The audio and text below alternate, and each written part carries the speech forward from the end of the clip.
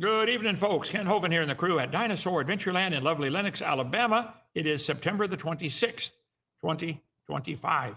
We made it. Tonight, open mic. Call in, you atheists, skeptics, scoffers. We want to listen to you for a few minutes and then answer your questions. I'd like you to need to get to know the Lord. Speaking of which, Paula, I understand, gave her heart to the Lord today, so this is her birthday into God's family. So let's sing the world-famous birthday song. Okay. Ready? 1, 2, 3, 4. This is your birthday song. It isn't very long. Happy birthday, Paula. Read the Bible to grow. Okay, we're on a bunch of channels. Let's see. A lot of people put us up on YouTube. You just search for Ken Hovind. I'll be on there somewhere. We're on Ken Hovind Official on Facebook. And let's see, Rumble, X.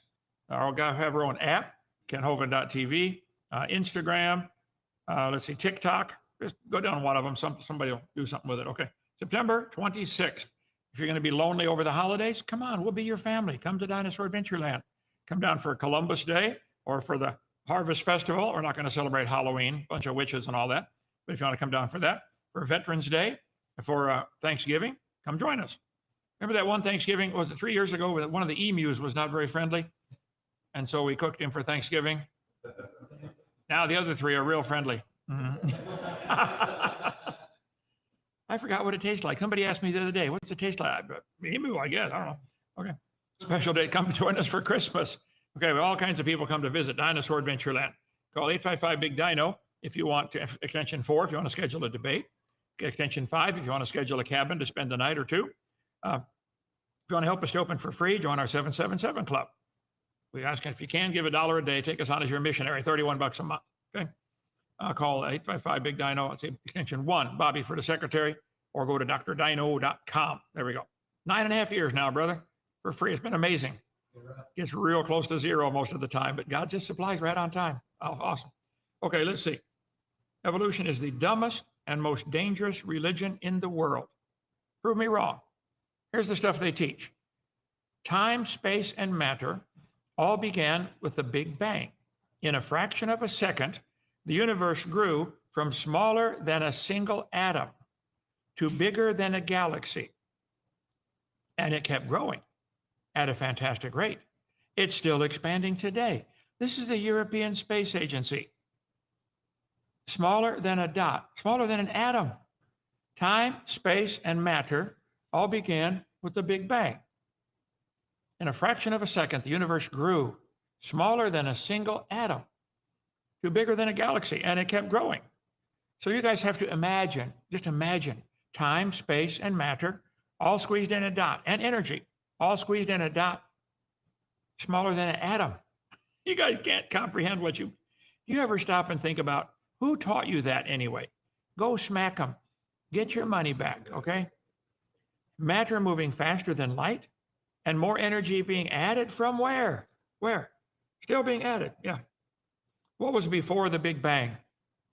What was before the Big Bang? Roughly 13.7 billion years ago, the entire universe existed as a singularity, a point smaller than a subatomic particle, according to the Big Bang theory. Really? Okay. Here's the Big Bang. Yep, right there. Let's blow this square up for you here. The cosmos goes through super fast inflation, expanding from the size of an atom to that of a grapefruit in a tiny fraction of a second. It's hard to visualize the size of an atom, but if you took a salt shaker and sprinkle some salt out, get one little grain of salt. You look at it through the magnifying glass, it's a little tiny cube. If you expanded that cube to the size of the Sears Tower in height, length, and width, the atoms would grow to be about as big as the original grain of salt. How many grains of salt can you stack up on the side of a cube of salt? I mean, how many grains of salt could you stack up on the, Sears Tower? That's how many atoms are stacked up just one corner of a grain of salt. You really think the whole universe fit in a dot? Stop and think. Who taught you something so stupid? Sorry, that was so dumb. There's no kind way to tell them, Joseph, is there? There's no kind way to tell a fat person they're fat. They get mad. There's no kind way to tell a dumb person they're dumb. They don't believe it, first of all. Earth formed 4.5 billion years ago. It was a uniform ball of hot rock. I see. Radioactive decay and leftover heat from the planetary formation. At first, Earth was a ball of molten rock. Wow. When Earth formed, scientists believe it was a hot ball of rock. Earth started off as a hot ball of rock. Let's see. Hot ball of melted rock. I see. Okay. National Pornographic. It says, Earth started off as a hot, viscous ball of rock. Wow. New research suggests when Earth was still a ball of molten rock, Mars might have been covered in warm blue oceans. Yeah, they're trying to get more money for more research so they can go for life on Mars. Okay, here's Heath biology right here. Earth formed 4.6 billion years ago. It was a hot ball of rock. And then it rained on the rocks for millions of years and turned them into soup. Now, L. Aaron Nelson, who calls himself Aaron Ra, the sun god, said, no evolutionist ever believed that we came from a rock. Aaron, Earth began as a hot ball of rock. Wake up, Mr. Nelson. You do believe you came from a rock. Quit pretending you don't, okay? Origin of life from rocks. Let's see. Life's origin is closely linked to rocks and minerals. Wow. The idea that life may have emerged from non-living matter, such as rocks, is supported by the concept of abiogenesis. Oh, really? That's lying, which posits that life arose from simple organic compounds through natural processes.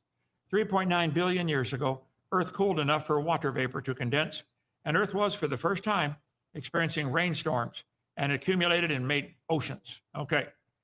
And it is in these oceans, 3.5 billion years ago, scientists believe the first living organisms appeared. So let's see. Earth was a hot ball of rock. It rained on the rocks for billions of years, turned them into soup, and the soup came alive. This is the theory. You guys, this is stupid. Prove me wrong. You owe your life to a rock. Where's this one from? Science.org. Oh, wow. It's got the word science in there. It's got to be true. Yeah, okay. Let's see. Thank goodness for granite. If not for the formation and subsequent erosion of large quantities of metal-rich granite in a supercontinent billions of years ago, the evolution of multicellular life, including us, could have been stifled or delayed. I see. Okay. Earth started out as a ball of very, very hot liquid. Okay. A few 100 million years, the temperature of Earth reached 2000, the melting point of iron, and Earth's core formed. Oh, that's a good thing. A good thing. Earth formed 4.54 billion years ago. Okay. Let's see. Earth was so hot, all these collisions, that all the rock melted, and the Earth was a hot ball of melted rock orbiting the sun. This is science. This is from Berkeley University. Got to be true. Those folks, they know stuff at Berkeley. Yeah, okay. Millions of years of torrential rains created the oceans. Swirling in the waters of the oceans is a bubbling broth of complex chemicals. Progress from a complex chemical soup to a living organism is very slow. Yeah, I guess so. It doesn't even happen. Here you go. Earth, it is in the oceans. The 3.5 billion years ago, scientists believe the first living organisms appeared. The concept of life starting in a warm little pond, proposed by Charles Darwin. He came up with other dumb ideas too, by the way. In a letter to his friend, Joseph Dalton Hooker, where he has speculated life could have originated in such an environment. Let's see, the idea has been supported by recent scientific studies. This is a lie, okay? Somebody's lying or stupid, okay? Warm little ponds provided the right conditions for life to get started. Billions of years ago, Earth started out as a hot, viscous ball of rock. The heaviest material, mostly iron and nickel, sank to the center and became the core. The molten material that surrounded the core was early mantle. Let's see. The water trapped inside the minerals erupted with lava, a process called outgassing. As more water was outgassed, the mantle solidified. Oh, and again, National Pornographic. They know their stuff, man. Yale News. Confessions of a former fireball. How Earth became habitable. Early Earth transformed itself. It was pretty smart before it even had any life on it. Yeah, it transformed. Okay. Researchers at Yale and Caltech. Wow, got to be true, guys. How Earth transformed itself from a fiery, carbon-clouded ball of rocks into a planet capable of sustaining life. The theory covers Earth's earliest years, and it involves weird rocks that interacted with seawater in just the right way to nudge biological matter into existence. Yeah, the rocks and the seawater got together, had a conference. Like, come on, guys, let's make some life. We can do it. Okay. As an added bonus, these weird rocks on early Earth would readily react with seawater to generate a large flux of hydrogen. Got to have that, okay? Which is widely believed to be essential for the creation of biomolecules. Yeah, it's essential. You got to have it. So, and therefore, obviously it happened, because you got to have it. The Lost City hydrothermal fields. Wow. They're a prime location for investigating the origin of life on Earth. Let me translate that for you. Send more money so we can go scuba diving. Yeah. No evolutionist ever believed we came from a rock. Aaron, yes, you do. Ken Hovind, not a doctor. Well, you're not God, Aaron. You call yourself God, the sun god. Aaron Ra. Ra. Ra is the Egyptian sun god. Look, Aaron, you hypocrite. If I can't have the doctor title, which I earned 3 times and got 1 honorary, why do you get to call yourself God? That's a title you did not earn, I can assure you, okay? Let's see, the conversion. Our own Earth was getting hit by rocks that were falling towards it. It kept getting bigger and hotter until it was a giant ball of melted rock. Aaron, you do believe you came from a rock. Why don't you write me an apology letter? Hovind, I'm sorry. You're right. Have you ever even thought about doing something like that? Yeah. Cooling down. Slowly over many years, Earth started to cool down. Some of the rocks full of ice and gas hit it and melted to make the sea. That's a lot of rocks with ice on them. To make the whole ocean? Yeah, okay. Let's see. As gradually over a long period of time, that's the secret, long time, plants started to grow. Bugs started to live, and life on Earth began to form. How was Earth formed? Fact monster. Oh, it's got to be true. Let's see. At first, Earth was a ball of molten rock. The surface rock slowly began to cool and harden 4 billion years ago. Yep, there we go. Yep, it was a hot ball of rock. It's astonishing what you can achieve with just a bit of dust and gas and dust and a wild imagination. Anything can happen. Yeah, anything. In SpongeBob's world. Oh, yeah. Okay. Let's see. The Guardian. It started with a tremendous bang. Somewhere in our galaxy, a star exploded, throwing out masses of gas and dust. This supernova, as these explosions are called, happened 5 billion years ago. The wreckage from the explosion then crashed into a nearby cloud of dust, a gas, which just happened to be there, okay, bringing together the ingredients for our solar system to form. Yep. Slowly, these rocky planets began to organize themselves. They had a committee and voted. Mercury, you go first. I don't want to go first. It's hot up there. Mercury, you're the little guy. Move to the front. Okay. Pluto, get way out there. We might even quit calling you a planet someday. Hurt his feelings bad. Okay. Earth found its place. Yeah, it found its path in the 3rd planet from the sun. I see. 3.58 billion years ago, oceans formed billions of years ago. Okay. 3.8 billion years ago, the water condensed into rain, which filled the basins that are now our oceans. There it is from National NOAA. Yeah, got to be true. Okay. Oceanic Service. Here we go. 40-year-old DNA puzzle point to hot soup as the origin of life. We came from hot soup. See, first we came from a dot of nothing, almost nothing, smaller than an atom. Okay. It exploded. Rapidly expanded and made everything. And then Earth cooled down, was a hot ball of rock. Then it rained on the rocks and turned them into soup. And the soup came alive. Yep, primordial soup where life began was hot and not cold.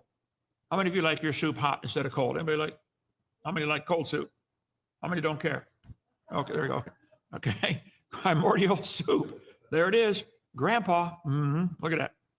Primordial soup. What does primordial soup consist of? Ooh, dictionary.com. Well, let's see. What is it made of?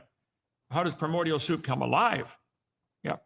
3.7 billion years ago, the primordial soup somehow sparked into life. This is from Live Science.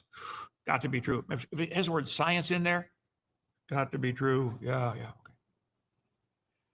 Somehow sparked into life. Yeah. The primordial soup theory suggests life began in a pond or ocean. Yep, okay. You guys, this is what they believe. And Simon Dan doesn't think I'm worthy to talk about science. He's an art teacher, or an art PhD in art, but he's a sci-man. The first self-replicating systems must have emerged in this organic soup. Guys, you atheists, I'm just pointing out what your books teach, okay? I don't believe any of this, but you do. And it's stupid. There's no kind way to tell you. Just like you can't tell a fat person they're fat without them getting mad. You really should put that Twinkie away. That's number 47, you know, for the last 20 minutes. Yeah, just 10 more. Okay. Several seminal experiments in the topic have been conducted at the University of Chicago. Got to be true, okay? The Miller-Urey experiment suggested how the building blocks of life could form in a primordial soup. All life today descended from a microbe. Wow. So 13.772 billion years ago. Well, I got to change that last zero to about a 9, I think, because this was 9 years ago. Anyway, Earth formed 4.6 billion years ago. Then life appeared 3 billion years ago, and then man evolved only 3 million years ago. So we all came from soup. There's Grandpa. A lot of people are selling this stuff. Darwin's natural selection, primordial soup. Look at that. Wallace's condensed primordial soup. Haldane's condensed primordial soup. Wow, must be some money in this, okay? I'd go along with all the dogs came from a common ancestor, but I don't go along with the dogs coming from a rock and then coming into soup. How were the oceans created? Yeah. Let's see, the earth formed, temperature was well above the boiling point of water. There was no liquid water on the earth. All water was in the form of a gas. Anyway, the gas stayed in the earth's atmosphere for millions of years. It rained and rained and rained and really rained, okay? It rained for centuries. Almost every ounce of water you can see on the surface of the earth had to fall from the sky. How did it get to the sky? We don't know, but it fell from the sky. Okay. What's the organic theory of evolution? I see. What is it? The theories of organic evolution explains convincing the origin of life. Wow. According to the theory, the world has been evolved and has not been created. They don't want there to be a God, okay? Theories of organic evolution explains the origin of life. Go life science. A new theory of organic evolution. Oh, wow, we need another theory. Okay, the last one didn't work. Nature. Oh, it's got to be true. This is a peer-reviewed journal, guys, okay? Yep, Nature says life came. Let's see. Theories of organic evolution explains origin of life. Theory of organic evolution. Yep, the theory of organic evolution. Yep, they think it just happened. Primordial soup is believed to contain all the building blocks of first forms of life. Primordial soup contained small organic molecules. Yep, it just happened to have the right stuff, didn't it? Nobody knows how a mixture of lifeless chemicals spontaneously organized themselves into the first living cell, but we believe it happened, okay? Primordial soup, introduced in 1924. Wow, 100 years ago. Primordial soup. Many scientists believe RNA, or something similar, was the first molecule on Earth. I see. RNA, ribonucleic acid, okay? And then DNA, deoxyribonucleic acid. Who cares? Okay. Primordial soup. There it is, folks. That you can go all day with this. Just look it up. This is what they teach. Now, let me explain it to you. Especially you, Simon and Dan. We're going to take you on again tonight. That was dumb. It's dumb to believe the whole universe fit in an atom. It's dumb to believe the Earth was a hot ball of rock, which got rained on and came alive. It's dumb. It's just plain dumb to believe that. But Dan likes to pick on me all the time, which is fine. I can handle it. Actually, Dan, I love it, okay? Let me get Dan speaking here. This way. Right here. Joining me, right, on with today's video, which, as I mentioned at the start, is Kent Hovind attempting to whack channel friend Emma Thorne. Now, I've whacked Emma Thorne a couple times. I've whacked you a bunch of times, Dan, and I have to admit, I love it, okay? I'll do it again, too. Here at Simon Dan, we love other skeptical-minded content. Skeptical-minded content. Are you skeptical of evolution? Dan, are you skeptical of the idea the whole universe fit in a dot? Are you skeptical of that? You know those giant granite blocks they have in some of the monuments and, you know, the pyramids and all that stuff? Huge 400-ton blocks. Are you skeptical that you could fit that into the dot smaller than an atom? All the whales, or the whole Pacific Ocean? Dan, you're not skeptical. You're dumb. You're just dumb, Dan. You fell for it. Are you skeptical of the idea that hot soup can come alive? You're not skeptical of that, are you? Because the only alternative is there's a creator, and you don't want that because he might affect your lifestyle. Yeah, he might tell you and your boyfriend really ought to, break it up. Yeah. Creators, and Emma Thorne is one such creator. And she's covered for me before when I've had a break on this channel, and she makes excellent videos. Link for her channel's in the description, by the way. And in one of these videos, Emma mentions contradictions in the Bible. Now, Kent has seen this, and he's not happy. What do you mean? I'm thrilled, Dan. I love correcting you guys. It exposes the dumb theory of evolution. I love it. You make my job so easy. Thank you, Dan. I'm not upset about it at all. I'm happy, Lee. Happy. Starts by watching some of that video we mentioned from Emma, and then he begins. You can tell though from the start, he's not happy. You can do this very easily, okay? All you need is a pencil, a piece of paper, and a Bible. Okay. Does the Bible contradict itself? Emma, when I click this, 99,000 people have watched this from 10 days ago. You're influencing a lot of people. I'd suggest you really be careful. Emma, I'd bet $5 you didn't find any of these contradictions at all. You found a book that had contradictions in it, and you copied them out of there. Love to find these books contradictions. They keep passing them on centuries after they've been proven to not be a contradiction. They keep going because they don't want that book to be true. That book chaps their hide. Mm-hmm. I asked one atheist in a debate. I said, "Do you really have evidence for evolution, or have you accepted this theory because the alternative is, a creator, and that might involve some rules, and you don't like his rules?" He thought for a minute. He said, "I believe in evolution because I'm horny." I said, "Every male of every species, from termites to whales, understands that one, but there's not a reason to reject God. He designed all that too, Anyway. Now, she may have done that, but knowing Emma, who, by the way, has read your entire dissertation, Kent, my entire dissertation, she's qualified on everything, right? Yeah. I think she would have done all this work herself. So very easily, pencil, paper, Bible. It's answer, okay?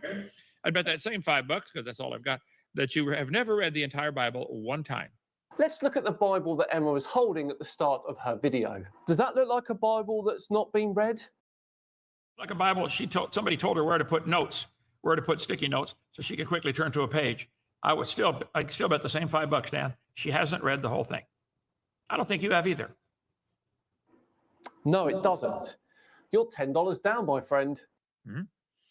You got all these contradictions from previous skeptics who, like you, want the Bible to be wrong, so they can, in their evolved mind, reject its teachings. So all you need, let's see, I know my video will not change you, but maybe some of your subscribers and viewers will be honest, wise and honest enough to see through your rant here and come to Christ when they see both sides. Christ, maybe, okay? So let's give an answer to those with ears to hear. Okay, Kent, I will give you a chance. The Bible talks about having ears, and I appreciate it so much. Thank you, thank you. Thank you, Master. Don't beat me, Master. Don't beat me. Please don't beat me. Some people don't have ears to hear. They got ears, but they won't listen. Just won't listen. So does the Bible contradict itself? Yes, she says. I'm sorry, I disagree. You said in Luke's telling of the story, let's see, Luke and Matthew provide different father. That's true. Okay, let's see. Does the genealogy in Matthew contradict the one in Luke? Well, in Matthew, this is the book of the generation of Jesus Christ, the son of David, the son of Abraham. Abraham begat Isaac, Isaac begat Jacob. It goes on through all these different guys. And down at the bottom, verse 6, and Jesse begat David the king, and David the king begat Solomon, of her that had been the wife of Uriah. Matthew is tracing from Abraham down to David and his son Solomon. David probably had about 17 wives, and he had a whole bunch of sons. Solomon was one who became the king after him. Solomon's the guy who wrote 3 books in the Bible, Proverbs, Song of Solomon, and Ecclesiastes. Very smart fellow, okay? Solomon was the son of David, and that's what it says in Matthew. So Emma's upset about this. Watch this. Okay, I'm going to pop in with a bit of context quickly. Emma said this. Luke and Matthew both provide a different father for Joseph. Luke gives his father as Heli, Matthew gives his father as Jacob. Now, wait a minute. Well, we'll get into this in a second. Matthew is giving the genealogy of Jesus Christ through his mother and Luke, through his stepfather, and Luke is giving it through his mother. There's a reason for this, and you guys don't get it. You don't want to get it. It wouldn't matter if somebody smacked you on the head with it. If God himself came down and said, Emma, this is not a contradiction. You want badly to not believe that. But by the way, proving contradictions in the Bible does not make your theory look any better. It doesn't help your cause at all, even if the Bible's not true. That's no help for evolution, and we all came from a rock. Look, I don't know how you guys can drive on the highway, for heaven's sake, that's made out of your ancestors. Show some respect. What is wrong with these people? Some of these I love nature folks, they don't want to step on a bug, but they drive on their grandpa. Hypocrite. Okay. And this is true. Both books depict different fathers for Joseph. So the genealogy goes from Jesus Christ, or from David down through Solomon. When you read the story, there it is. Solomon begat Rehoboam, and it goes down in verse number 16. And Jacob begat Joseph, the husband of Mary, of whom. So this Matthew is tracing the husband of Mary, which was not Jesus' physical father, but in the Jewish mind, even a stepfather is a father. He's got all the responsibilities now. You can adopt a child and you're a father. So Matthew's genealogy gives right down from David through Solomon to Mary's husband, Joseph, which means Jesus had the right to be king. This is the kingly line. Now, Luke's going to give it through his mother and through Nathan, the prophet. So Jesus had the right to be the high priest. It's a merging of both lines, the high priest line and the kingly line in Jesus Christ. There's not a contradiction. You guys don't want to get it, though. Somebody else might get it, though. Was born Jesus, who is called Christ. You need to learn to read the Bible carefully, okay? Come to our Bible study here. Okay, this is great, but what of Luke? See, in Matthew and Luke, there are different genealogies. It's the same all the way from Abraham through David. Boaz, Obed, Jesse, David, no change. But they change after David, and there's a good reason for that, Emma. In Luke, it says, Jesus, being about 30 years of age, being, as was supposed, the son of Joseph. Yes. He wasn't the physical son of Joseph. He was the son of God. Mary was a virgin, as was supposed. Here it goes. Follow it. The son of Joseph, the son of Heli. It's going to give all the son of Heli, which is one of the main. It goes through this whole generational thing. Okay, clear back to King David again. Okay, great. So why is that then? Why make it confusing? So it's not confusing, Dan, to somebody with a brain. One is giving the genealogy of his mother. The other is giving the genealogy of his stepfather. What's so confusing about that? They both go back to King David. One through David's son Nathan, the other through David's son Solomon. Not confusing at all. Joseph, how can I say it plainer? Try singing it to him. Hey, he's an artist. I could draw a picture. There you go. In Matthew and Luke, they are different from King David on. Shealtiel, Zerubbabel, and then the names change. Sure enough. Eleazar, Matthan, Jacob, Joseph, Jesus. Let's see. Levi, Matthan, Heli, Joseph, Jesus. Seems way too complicated. I believe it is too complicated for you, Dan. So you can go ahead and shut it off right now. Everybody else, pay attention. It's not complicated. It's almost as if they were written years apart, isn't it? No, they're perfectly fine, Dan. Perfectly fine. One is the genealogy of Jesus' mother. The other is the genealogy of Jesus' stepfather. If you can choose not to get it, okay. You can be willingly ignorant, like it says in 2 Peter chapter 3. Jesus' genealogy is given in two different places, Matthew and Luke. Matthew traces the genealogy from Jesus to Abraham. Luke traces from Jesus to Adam. However, there's good reason to believe that Matthew and Luke are in fact, tracing different genealogies. This is irrelevant, though. As far as I'm aware, there's only one definition of father in that context. There's your problem, Dan. You can have a stepfather, you can have a foster father. In the Jewish mind, if you're the husband of that woman that has a baby, and even if she was a virgin, this had never happened before and never happened since. But Joseph was considered the father. Now, the King James is very careful to distinguish this. Like it says, Joseph and his mother went to Jerusalem. All the new Bible perversions will say stupid things like his father and mother went to Jerusalem. Joseph was not his physical father. He was his stepfather. And the King James carefully preserves that. I covered that on video number 7. Get my series, okay. They both claim that different people are Joseph's father. Okay. Matthew is following Jesus' line, the line of Joseph, Jesus' legal father, even though he was not his physical father. The less said about that one, the better. Through David's son Solomon. You see, Solomon was the king. So by being in the line of Solomon, Jesus had the right to be the king of Israel. But Luke is following the line of Mary. That's Jesus' blood relative, his mother, through David's son Nathan. Nathan was the prophet. These be the sons of those that came to born to David there in Jerusalem. You got Shammah and Shobab and Nathan. But Mary is Joseph's wife. Why call Mary's father Joseph's father? Do you see where I'm coming from here? It all seems way too complicated. Emma, you are correct. The genealogies are different, but you are wrong to say it's a contradiction. It's actually more proof God's word is inspired without error. Father, a man in relation to his child or children. In this context, it cannot mean anything else. Dan, believe what you want, okay? You don't want to be convinced. It wouldn't matter, okay? You're going to have to stand before God. He's going to have to make every knee bow, and then you still won't get it. You're going to be down in hell banging your coffee cup on the bars. I don't believe in this place. I don't believe in this place. Yeah. Speaking of coffee cups, we now have coffee cups for those I survived the tour. We have coffee cups with my timeline, creation is timeline, and evolution is timeline. We have coffee cups with my what's going to happen in the future timeline. Check out drdino.com. Anyway, I'm sorry, Dan, I stepped on your tongue. Go ahead. Therefore, this is a contradiction. You're determined, aren't you?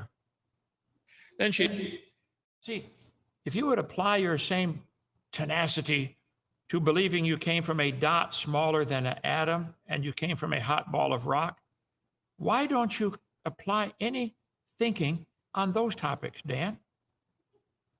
Do you ever think about what you think about? He said, Jesus refused to be touched or held. So why did Jesus say? Well, she goes into another supposed contradiction. I covered lots of these on video number 7. That's enough for tonight. Any comments or questions or anybody calling in, Joseph? Yes, sir. Okay, William, Pastor Poulos here. I was very happy to have you on my podcast, Plugging into Christ. I would love to have you on again. Good. I too am on Rumble. Well, great. I'd like to do 10 podcasts a day. If you do a podcast, call me. I'll come on. If you don't have many viewers, that's fine. I want to help you get started.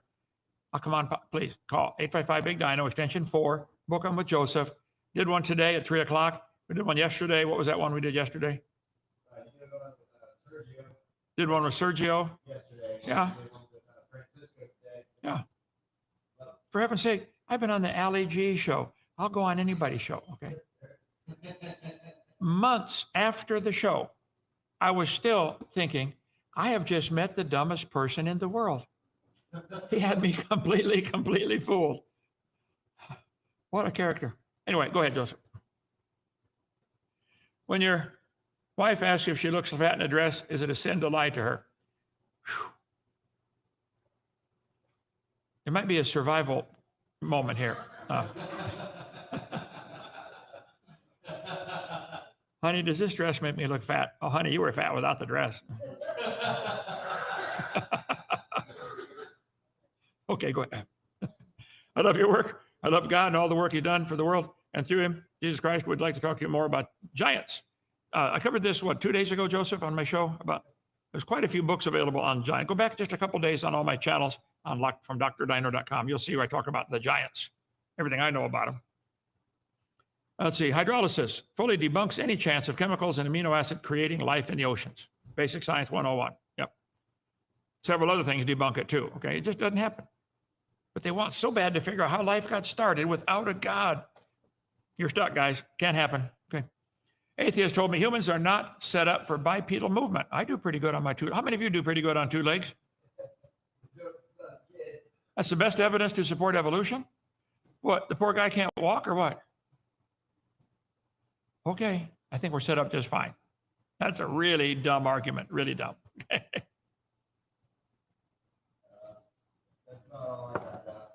Okay, we're way over time. Try to get 35-minute programs or so. If you have any questions or comments, any atheists, call in. Every Thursday, Friday night. Wednesday night, Whack an Atheist. Come down and visit Dinosaur Adventureland. I'll give you the tour. We can talk. I'll try to get you converted. Maybe I won't.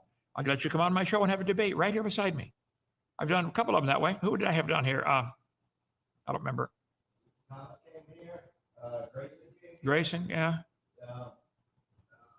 The plant who finds the fossils. Oh, yeah. Anyway, sure.